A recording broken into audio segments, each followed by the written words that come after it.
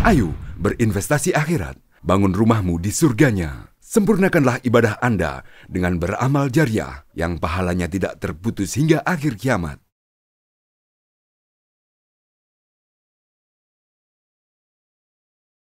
A'udzu billahi minasy syaithanir rajim.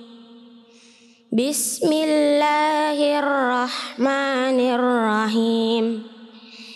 Iz qala Allahu ya Isa inni mutawaffika wa rafi'uka ilayya wa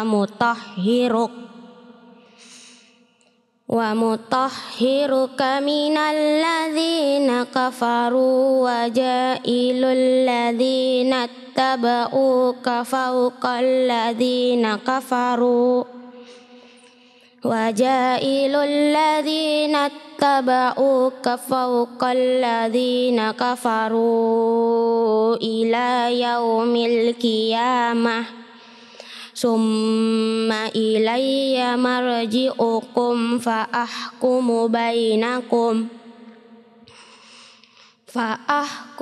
بَيْنَكُمْ فِيمَا كُنْتُمْ فِيهِ تَخْتَلِفُونَ فَأَمَّا الَّذِينَ كَفَرُوا فَأُعَذِّبُهُمْ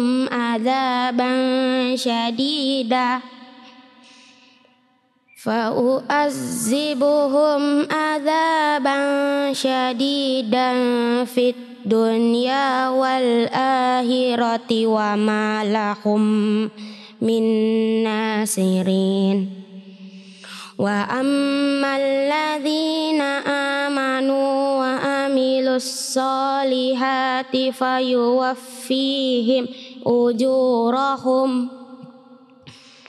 وَاللَّهُ لَا يُحِبُّ الظَّالِمِينَ ذَلِكَ نَتْلُوهُ عَلَيْكَ مِنَ الْآيَاتِ وَالذِّكْرِ الْحَكِيمِ Sadaqallahul azim.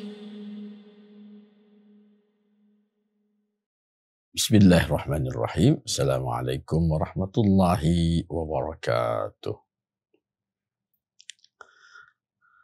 Alhamdulillahi wa kafa. Wassalatu wassalamu ala rasulihil mustafa. Wa ala alihi wa ashabihi. Wa man tabi'ahum bi ihsanin ila yaumiddin. Ashhadu an la ilaha illallah wahdahu la syarikalah wa ashhadu anna Muhammadan abduhu wa rasuluh. Para hadirin, penonton dan pemirsa yang dirahmati Allah. Semua kita tahu dan faham bahwa baik Nabi ataupun Rasul adalah manusia-manusia pilihan Allah Subhanahu wa Ta'ala. Tentu mereka itu adalah manusia terbaik pada zaman itu. Nabi dan Rasul ada perbedaannya. Nabi adalah orang yang diberi wahyu oleh Allah Subhanahu wa Ta'ala berupa syariat Allah untuk dia jalankan dan tentu dengan keluarganya. Tak ada tekanan untuk dia mensyiarkan kepada orang halayak ramai. Sedangkan Rasul, manusia pilihan Allah Subhanahu wa Ta'ala yang diberi wahyu syariat Allah untuk dia jalankan keluarganya dan untuk didakwahkan kepada khalayak ramai. Tentu tugas Rasul lebih besar dibanding dengan tugas Nabi.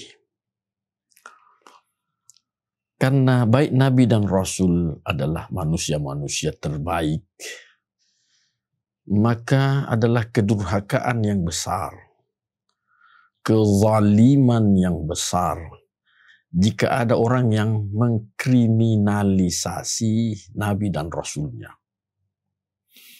Nabi dan Rasulnya dituduh pendusta. Nabi dan Rasulnya dituduh tukang sihir. Bahkan yang lebih besar lagi kedurhakaan itu adalah Nabi dan Rasul berusaha untuk dibunuh. Dan memang ada di antara Nabi dan Rasul itu yang dibunuh.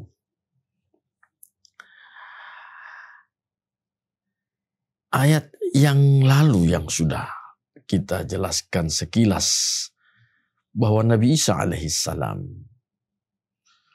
oleh Bani Israel yang kafir, juga mereka orang-orang kafir Bani Israel ini berusaha untuk mencelakai Nabi Isa alaihissalam. Dan pada saat Nabi Isa mengetahui bahwa ada tindakan yang lebih besar dari sekedar pendurhakaan itu, itulah upaya pembunuhan, maka dia berkata kepada murid-muridnya sekaligus sahabat-sahabatnya yang Allah beri gelar dengan kaum Hawari. Apa kata Nabi Isa alaihissalam? Man ansari ilallah. Siapakah yang siap menjadi penolong-penolongku dalam menegakkan agama Allah Subhanahu wa taala? Maka dengan penuh keyakinan, ketegaran, kaum Hawari yang jumlahnya 12 orang ini saja, 12 orang saja, mereka berkata, nahnu ansarullah. Kamilah penolong-penolong agama Allah Subhanahu wa taala. Hadirin para pendengar dan pemirsa yang dirahmati Allah. Tentu ada konsekuensi dari keistiqomahan mempertahankan akidah. Mereka, kaum Hawari ini, berhasil dibunuh oleh orang-orang kafir. Sementara Nabi Isa alaihissalam diselamatkan oleh Allah Subhanahu wa taala dari tangan-tangan kotor orang-orang kafir itu. Ayat ke-55 surah Al-Imran menjelaskan, A'udzu billahi minasyaitonir rajim. إذ قال الله يا عيسى إني متوفيك ورافعك إلي ومطهرك من الذين كفروا وجاعل الذين اتبعوك فوق الذين كفروا إلى يوم القيامة ثم إلي مرجعهم فأحكم بينهم فيما كنتم فيه تختلفون. Ketika Allah berfirman, Ya Isa, wahai Isa, inni mutawaffika. Sesungguhnya aku ini mewafatkan engkau. Wa rafi'uka ilayya. Dan aku mengangkat engkau menuju kepadaku. Wa mutahhiruka. Aku mensucikan, membersihkan engkau. Minalladzina kafaru. Dari perlakuan orang-orang kafir. Wa ja'ilul ladzina ittaba'uka fawqal ladzina kafaru ila yaumil qiyamah. Aku juga menjadikan orang-orang yang menjadi pengikutmu derajatnya di atas orang-orang kafir sampai pada hari kiamat nanti. Summa ilayya marji'ukum. Kemudian kepadakulah tempat kembali kalian semua. Fa'ahkumu bainakum fima kuntum fihi takhtalifun. Lantas aku akan menghukum di antara kalian terhadap apa yang kalian perselisihkan. Para hadirin, pendengar dan pemirsa yang dirahmati Allah. Inilah salah satu ayat yang merupakan penegasan terhadap keadaan Nabi Isa alaihissalam ketika akan dibunuh oleh orang-orang kafir Bani Israel pada saat itu. Hadirin yang dirahmati Allah. Kata mutawaffika. Idh qala Allahu ya Isa inni mutawaffika. Kata mutawaffika ada beberapa pendapat dari para sahabat. Yang pertama, qala al-Hasan wa Ibnu Juraij. Berkata Hasan dan Ibnu Juraij, makna mutawaffika yakni qabiduka wa rafi'uka ila sama. Saya yang menggenggam engkau, kata Allah, saya menggenggam engkau dan mengangkat engkau ke langit min ghairi mautin, tanpa didahului dengan kematian. Ini tentu hal yang luar biasa. Ya. Kalau secara umum Rasulullah menjelaskan bahwa orang-orang Muslim yang mati itu orang-orang Islam orang-orang yang lagi tidur. Saya ulang jemaah sekalian, orang-orang yang lagi tidur itu ruhnya semua dalam genggaman Allah Subhanahu wa taala. Ketika Allah mengembalikan ruh ke jasadnya, maka yang mati itu yang tidur itu kembali bangun, hidup lagi. Tetapi ketika ruh mereka tetap digenggam oleh Allah Subhanahu wa taala, maka orang yang tidur itu tentu dalam keadaan mati. Artinya semua ruh itu dalam genggaman Allah Subhanahu wa taala. Persoalan ada ruh yang dikembalikan dan ada yang tidak dikembalikan, maka ini yang menentukan hidup atau matinya seseorang. Nabi Isa alaihissalam ketika berusaha dibunuh oleh orang-orang kafir Bani Israel, maka dengan jasad dan ruh Allah menggenggam Nabi Isa alaihissalam dan mengangkatnya ke langit tanpa proses kematian.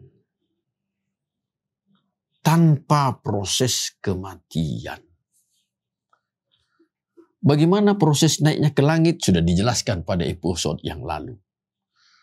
Allah mengangkat Nabi Isa alaihissalam lewat lubang angin yang ada di rumah itu. Lubang angin yang ada di dinding di rumah itu. Allah mengangkatnya.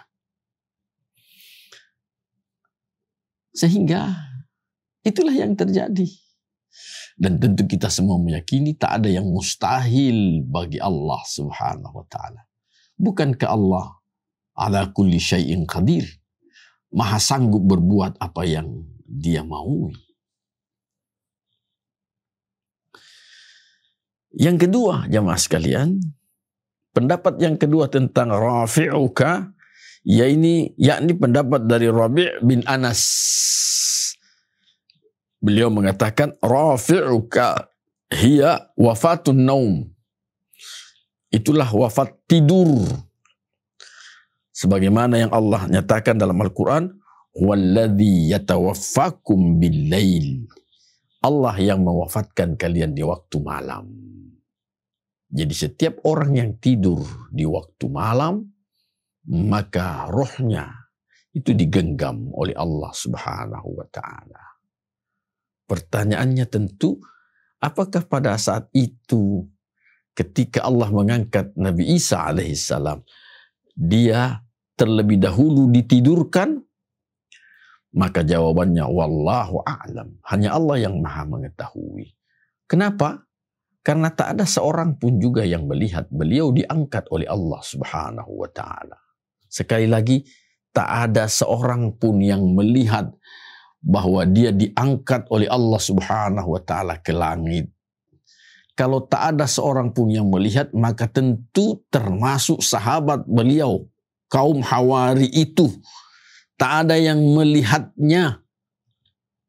Itulah yang kita sebut dengan wallahu a'lam. Hanya Allah yang maha mengetahui.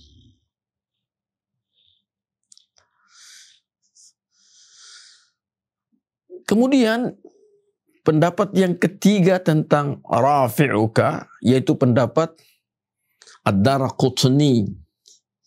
Beliau menyatakan, was-sahihu, pendapat yang benar adalah anna Allah Ta'ala rafa'ahu ila samai min ghairi wafatin wala naumin. Bahwasanya Allah Subhanahu wa Ta'ala mengangkat ke langit Nabi Isa, diangkat oleh Allah ke langit min ghairi wafatin wala naum, tanpa proses kematian dan proses tidur. Artinya ya dalam keadaan hidup, dalam keadaan dia tidak tidur. Tentu tidak tidur artinya sadar, berdiri. Sekali lagi, tidak tidur. Ya, dia sadar, dia melek. Jadi, ya ini tentu jemaah sekalian, sekali lagi, ya bimasyiatillah, karena kehendak Allah Subhanahu wa Ta'ala.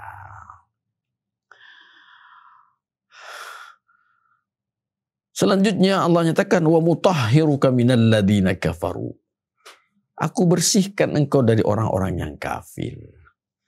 Tentu kalau sekiranya Nabi Allah ini dizalimi, dibunuh, maka ini adalah sebuah tindakan merendahkan dan penghinaan kepada manusia mulia pilihan Allah Subhanahu wa Ta'ala. Ya, jadi terhadap Nabi Isa alaihissalam, Allah tidak ingin kejadiannya seperti yang dilakukan oleh nabi-nabi yang lain yang dibunuh itu terjadi pada Nabi Isa alaihissalam. Wa mutahhiruka, saya membersihkan engkau wahai Isa, kata Allah Subhanahu wa Ta'ala. Wa mutahhiruka minal ladina kafaru. Wa ja'ilul ladina ittaba'uka fawqa alladina kafaru ila yaumil qiyamah. Aku menjadikan pengikut-pengikutmu itu derajatnya berada di atas orang-orang kafir itu sampai hari kiamat. Dalam riwayat bahwa pengikut Nabi Isa alaihissalam yang 12 orang itu, sekalipun mereka disalib, dibunuh dengan penyaliban, tetapi tetap nama mereka harum. Nama mereka harum. Tak ada sedikit pun juga penghinaan dan merendahkan martabat dan harga diri mereka. Jamaah yang dimuliakan Allah. Tentang hukum penyaliban ini tidak dinasih di dalam Islam. Artinya hukum penyaliban ini masih ditetapkan oleh hukum Islam. Quran masih membolehkan penyaliban. Tentu terhadap orang-orang yang melakukan kejahatan-kejahatan yang luar biasa. Mereka yang merampok hartanya orang dan membunuhi orang-orang yang dirampok hartanya itu, dia sudah merampok dan membunuh, maka hukumannya adalah dibunuh dan disalib. Itu hukumannya menurut hukum Islam. Dibunuh dan disalib. Tentu disalib di tengah lapangan. Disaksikan oleh orang banyak, menjadi pelajaran orang-orang supaya tidak melakukan hal yang seperti itu. Jadi hukuman pembunuhan dan penyaliban itu dilaksanakan bagi mereka yang merampok dan membunuhi orang-orang yang dirampok. Sedangkan orang-orang yang merampok atau mencuri, maka hukumannya adalah potong tangan. sekali dia mencuri, maka tangannya satu yang dipotong. Kalau dia melakukan pencurian yang kedua, maka kakinya yang dipotong, tapi berselang-seling. Kalau yang dipotong pertama kali tangan kanannya, maka ketika dia mencuri yang kedua kalinya, yang dipotong adalah kaki kirinya. Dia masih mencuri lagi ketiga kalinya, maka tangan kirinya yang dipotong. Tangannya, bukan jari, bukan. Tangannya yang dipotong. Dan kelima, kalau masih mencuri lagi yang keempat kalinya, tentu ini luar biasa. Bagaimana mungkin dia mau mencuri yang keempat kalinya sementara kedua tangannya sudah tidak ada. Tapi kalau itu pun terjadi, maka kaki yang berikutnya, yang sisa yang dipotong. Tapi riwayat yang sering kita dengar bahwa ya mereka-mereka yang dijatuhi hukuman potong tangan itu hanya sekali dia melakukan pencurian. Hanya sekali. Dan hukuman sosialnya adalah orang sudah tidak mau lagi bergaul dengan dia karena dia ketahuan bahwa dia pencuri. Buktinya ada tandanya, tangannya tidak ada.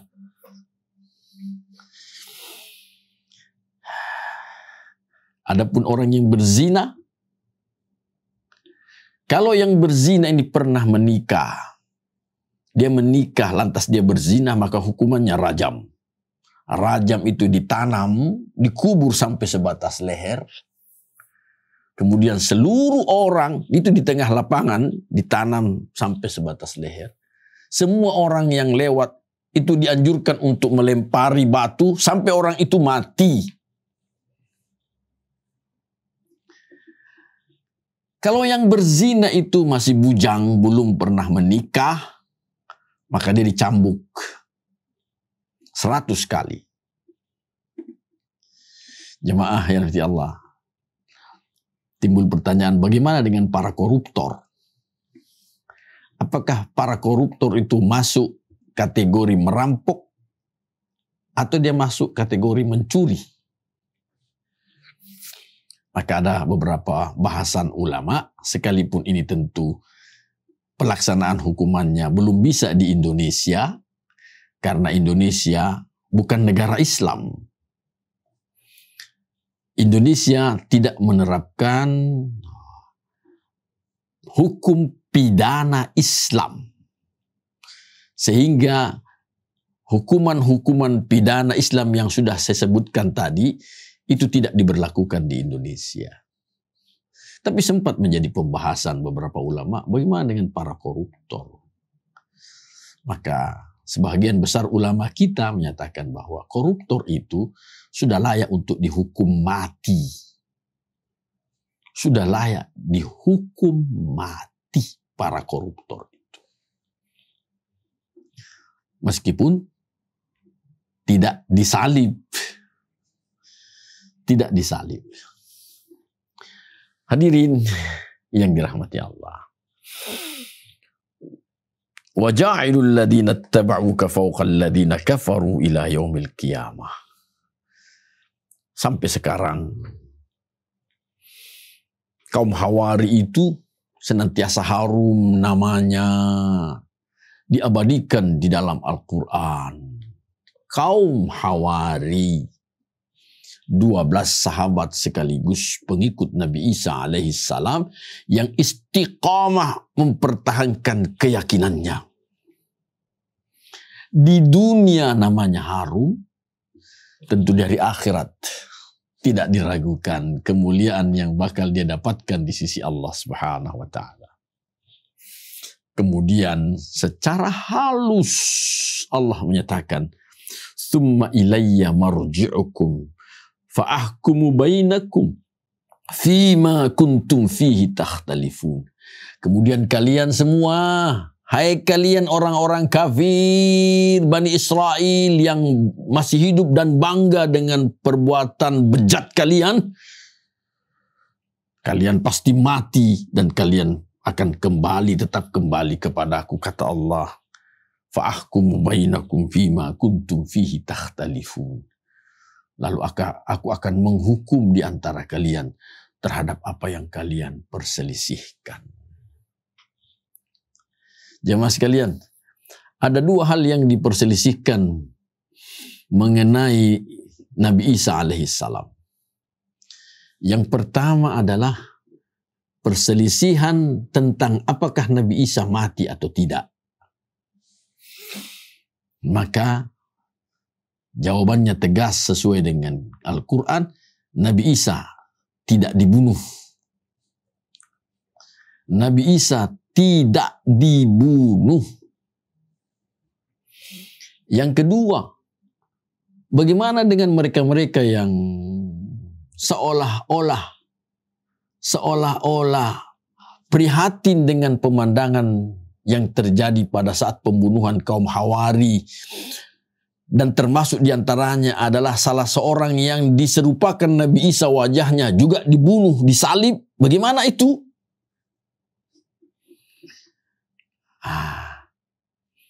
Di hari akhirat mereka ini, antara pengikut Nabi Isa mereka terjadi perselisihan.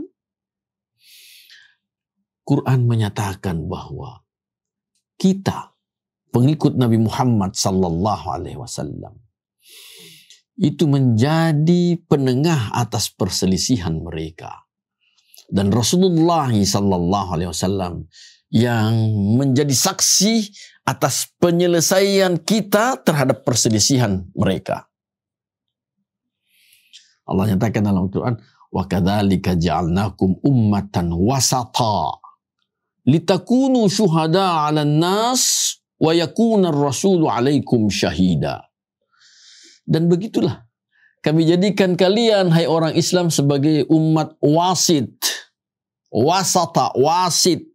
Kenapa? Karena terjadi perselisihan antara Nabi dengan umatnya. Dalam hadis dijelaskan, didatangkan Nabi Nuh, lantas ditanya oleh Allah, ya Nuh, hal ballaghta? Kau sudah sampaikan itu risalahku ya Nuh? Nuh berkata, ballaghtu ya Allah, saya sudah sampaikan ya Allah. Ditanya kaumnya, sudahkah Nuh itu menyampaikan itu risalahku? Kaumnya mengingkari. Kita umat Islam menjadi penengah perselisihan antara Nuh dengan kaumnya. Orang Islam menyatakan sudah, yang benar adalah Nuh. Kenapa kita tahu? Karena Quran menjelaskan. Quran menjelaskan bagaimana sikap kaumnya Nabi Nuh ketika didakwai oleh Nabi Nuh alaihi salam. Mereka menutup telinganya, tidak mau mendengar dakwah Nabi Nuh. Mereka menutup mukanya, kepalanya dengan kain. Saking bejatnya perlakuan mereka, sehingga Nuh berdoa kepada Allah, ya Allah, jangan biarkan ada satu pun juga di antara mereka yang masih tinggal di muka bumi. Itulah banjir besar yang menimpa mereka. Seterusnya, hadis itu menjelaskan, hadis Rasul menjelaskan terjadi perselisihan antara Nabi Isa dengan kaumnya, dan lagi-lagi orang Islam yang menjadi wasit atas perselisihan itu. Jamaah yang dirahmati Allah, inilah kemuliaan yang Allah berikan kepada umat Muhammad sallallahu alaihi wasallam. Tentu mereka yang berhak menjadi penengah itu adalah mereka-mereka yang benar-benar tahu tentang Islam. Bukan hanya sekedar KTP-nya saja Islam, tetapi tidak menjalankan syariat Islam dengan baik. Dan mereka-mereka yang Islam KTP ini rupanya semakin bertambah jumlahnya, disebabkan karena asyiknya mereka mengurus dan mengejar dunianya, lupa bahwa yang punya dunia itu, yang mengatur dunia itu adalah Allah Subhanahu wa ta'ala. Hadirin yang dirahmati Allah. Ayat 56 Allah nyatakan, فَأَمَّا الَّذِينَ كَفَرُوا فَأُعَذِّبُهُمْ عَذَابًا شَدِيدًا فِي الدُّنْيَا وَالْآخِرَةِ. Adapun orang-orang yang kafir, maka aku, kata Allah, akan mengazab mereka dengan azab yang sangat keras di dunia maupun di akhirat. Azabnya Allah di dunia di sini dijelaskan oleh ulama kita yaitu bil qatl. Di kemudian hari mereka pun juga dibunuh oleh orang lain yang ikut mengkriminalisasi Nabi Isa, dibunuhi oleh orang lain. Wassalab, mereka juga disalib. Wassabid, mereka itu dicaci maki. Wal jizyah, paling tidak mereka senantiasa dimintai untuk menunaikan pajaknya. Dimintai pajak, macam-macam pajak. Ya. Itulah azab Allah Subhanahu wa taala di dunia. Di akhirat, tentu lebih luar biasa. Wa ma lahum min nasirin. Tidak ada yang bisa menolong mereka. Siapa yang bisa menolong? Yang memperoleh syafaat di hari akhirat nanti dari 124.000 nabi dan rasul, hanya satu orang yang Allah beri syafaat, yaitu Rasulullah sallallahu alaihi wasallam. Mereka yang mengkriminalisasi, menuduh nabinya dengan tuduhan-tuduhan yang tidak layak. Siapa yang bisa menolong mereka? Tak ada. Hanya Rasulullah SAW yang diberi syafaat oleh Allah Subhanahu wa ta'ala. Wa ammal ladzina amanu wa amilus shalihat. Adapun orang yang beriman dan beramal saleh, fayuwaffihim ujurahum, maka pahala-pahala mereka itu dicukupkan oleh Allah Subhanahu wa ta'ala. Dicukupkan maksudnya seperti yang dijanjikan oleh Allah. Man jaa bil hasanati falahu asyru amthaliha. Siapa yang melakukan satu kebaikan, Allah akan membalas dengan 10 kali lipat. Ini minimal. Minimal 10 kali lipat. Pertengahannya 700 kali lipat. Siapa yang 700 kali lipat ini? Ialah mereka-mereka yang berinfak, bersedekah fisabilillah. Bagi bapak-bapak, ibu-ibu yang menyisihkan hartanya untuk pembangunan masjid raya ini, ulama menyatakan termasuk membangun masjid raya, menyelesaikan masjid raya, ini dia termasuk fisabilillah di negara-negara yang tidak terjadi peperangan. Kita Indonesia ini alhamdulillah masih Darussalam, negara yang aman. Bukan Darul Harb, bukan negara peperangan. Maka fisabilillah termasuk diantaranya adalah membangun masjid, membangun sekolah, membangun rumah sakit Islam. Dan mudah-mudahan nanti kita punya komplek pekuburan Islami yang betul-betul tatanannya Islami. Jadi yang fisabilillah ini ganjarannya 700 kali lipat.